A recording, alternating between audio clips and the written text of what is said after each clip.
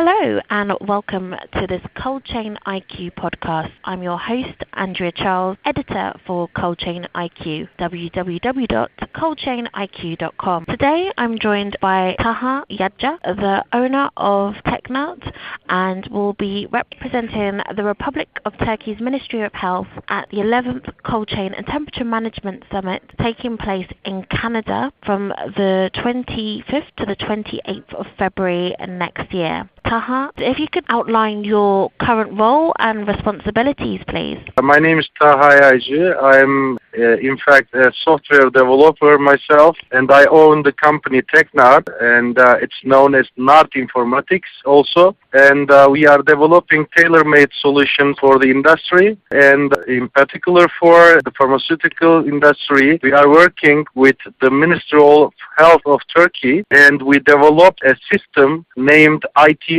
which is the abbreviation of İlaç, Takip, Sistemi, and it's the word-by-word translation of pharmaceutical track and trace system. We track and trace all pharmaceutical units individually by using our central management software, and all our stakeholders are notifying us about every action that's taken on every single drug unit. So on behalf of the Ministry of Health also, I am attending some conferences and seminars and telling about our story and our experience. How did the ministry and yourselves deal with such a huge amount of data, as you're tracking every single shipment? Thus, in fact, we are using a database data repository, central data repository, and we are using web services for our stakeholders to use.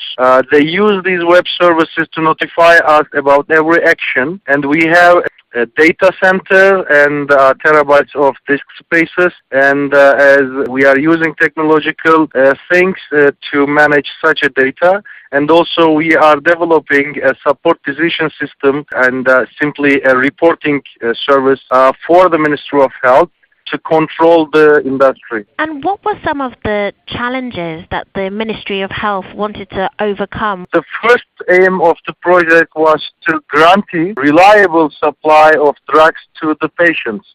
And also we have to decide whether a drug is genuine or not. At the first stage, our aim was the public health, and the second aim was maybe not in other countries, but in Turkey, we have a great reimbursement association in Turkey, owned by the government. So about 87% of the drugs are paid by the government. So the second objective was to prevent the barcode scams. I mean, I can explain it like some people take the information of the patients and organize this as a criminal organization, including doctors, pharmacies, and also manufacturers sometimes, and write to the reimbursement company, and they say that they are sold, but in fact they are not. They get the cost of the drug from the reimbursement company, but in fact they didn't really sell that drug. So we prevented. The second objective was to prevent such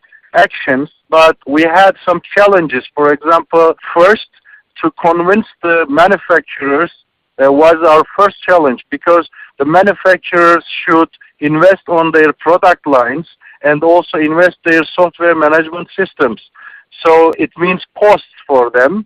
So we made a lot of meetings with the manufacturers, the manufacturer associations, and we convinced them as saying that that's also beneficial for them, because they are losing money because of this counterfeit and because of these barcode scams. So after convincing the manufacturers, we also made a lot of meetings with the pharmacy sector, pharmacies and pharmacy associations, and we changed their way of doing their job. Formerly, they were cutting the barcodes to prove that this sale is done, but after our project, they aren't now cutting any barcodes to prove anything to the reimbursement company, because we have the data and we have web services for the reimbursement association to query if this sale is really done or not. So first challenge was to convincing the industry. Then also convincing the politicians was another challenge. We made our regulations first ready for the industry, then made these regulations to the parliament, and they approved these regulations. Then we started this project. But at the end, not just by achieving our first objectives, also we achieved a lot of things. For example, we are now controlling complex recalls, and also we can control the returns, and also we have very valuable data that we can use it to estimate the outcomes of this industry and to make the industry work efficiently. Obviously, you've talked about the challenges you faced from working on this project. What lessons did you learn? The biggest lesson that we learned is it's not impossible. First, when we started this project, a lot of people said us that it's a huge data, it's not controllable, it's a huge industry, that's not convincible. It's a big thing to change, so everybody will resist to the change, and you will not succeed to apply this project. But the lesson we learned is it's not as hard as it's said. The full track and trace, I mean, not for just the manufacturers and the pharmacies, also for every stakeholder who takes the drug, who sells the drug, who consumes the drug, is involved in the project. And such a project is not as hard as it's said to be. The lesson learned is this project not just earns money for the government, and also really improves the quality of service to the patients. And also, as a matter of fact, the cost is not a thing that should be afraid of, because the cost can be gained by the industry or the government in just days. So the return of investment of the project is, first they said us that years, but it's in fact days.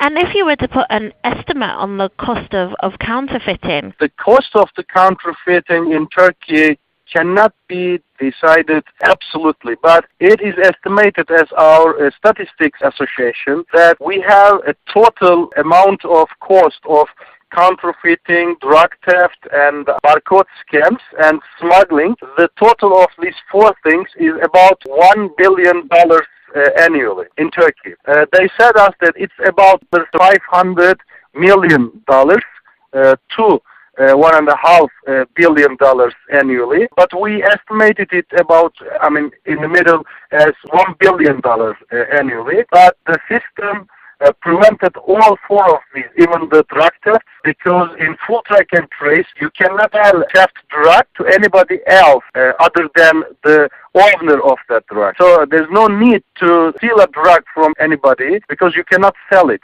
So we can absolutely say that we have a cost benefit of about $1 billion a year. Well, that's a great saving. In response to this, do you feel that the counterfeiters themselves are becoming more sophisticated? Yes, of course. It's a good question, because the counterfeit in Turkey is not even 1% now. But the counterfeiters are now using sophisticated techniques to sell these drugs to abroad. For example, they produce the drugs in Turkey also, but they cannot sell it in Turkey. They just get the drugs outside of Turkey, for example, to England, to United States, to Syria, or to Iran, and sell them there. But also they, for example, for phase 1 of our project, it was about 1 year ago, the system was not full track and trace. In phase 1, it was just mandatory for the manufacturers and the pharmacies, but the wholesalers was not included. At that time, they used technologies to find phase 1 products, to sell this product to anybody else that belongs to anybody else. But we turned our system from phase 1 to phase 2, and we prevented all counterfeits. Now it can be done. Also, the counterfeit can be done in Turkey, but it can be done by just combining with the one manufacturer, one wholesaler, pharmacy, doctor, and one government officer. Just such an organization can do a counterfeit. And on behalf of our system makes this counterfeiting sector industry a high risk but low profit sector.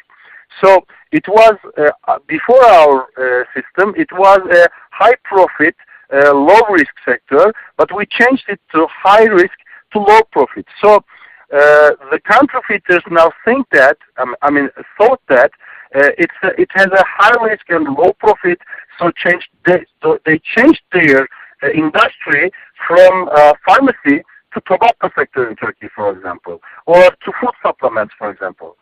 So even if you cannot prevent anybody to take a counterfeit drug if he wants to buy one.